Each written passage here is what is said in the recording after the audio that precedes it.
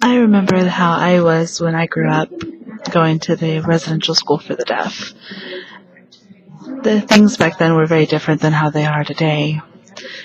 The main three areas that we are very different are the cafeteria and how the students, the boys and girls, socialize with each other, and study hours. Back then it was very strict, but nowadays it's much freer.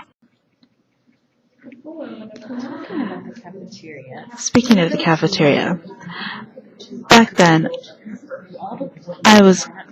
when I was in school, it was the boys would line up and wait for the girls to line up and enter the cafeteria first. Then we could enter. Then prayer was led. And finally you were able to sit down and your food was served. It was very much a ladies first and men second environment. But now, the students can go in as soon as the doors are open and sit wherever they please. They have much more opportunity for choice. Like I said, back then it was a strict environment, very formal. But today, it's an informal environment with a self-serve cafeteria where they can go through the line and then choose whatever seat they please. Once they're done eating, they don't have to wait for everyone, else they can just go right outside and do as they please.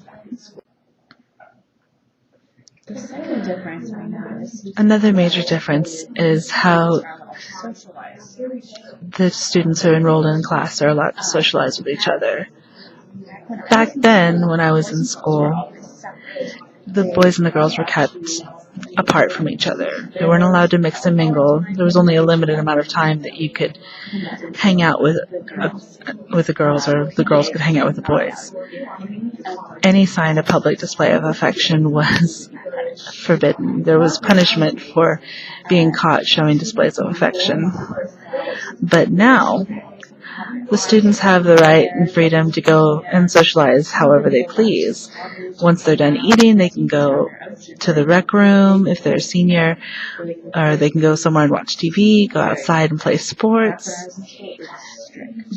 Back then it was pretty hard to have any free time, but now the students have a lot more say.